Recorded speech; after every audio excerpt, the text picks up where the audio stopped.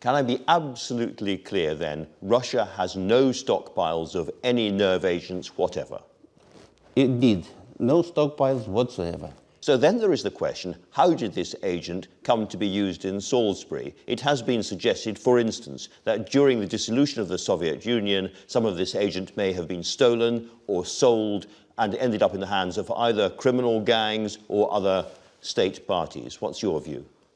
Well, why don't you ask yourself the question, how come the British authorities so quickly managed to designate the nerve agent used as something called Novichok?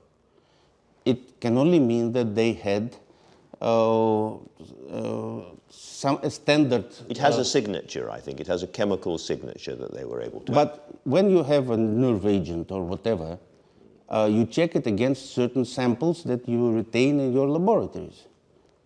And Porton Down, as we now all know, is the largest military facility in the United Kingdom that has been dealing with chemical weapons research.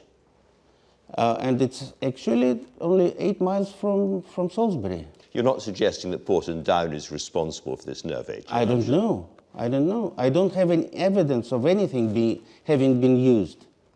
And of course, I should add perhaps that I exclude the possibility of any stockpiles of any chemical weapons fleeing Russia after the collapse of the Soviet Union. You don't think there were certain specialists, including scientists who today claim to have been responsible for creating some nerve agent that have been whisked out of Russia and are currently residing in the United Kingdom.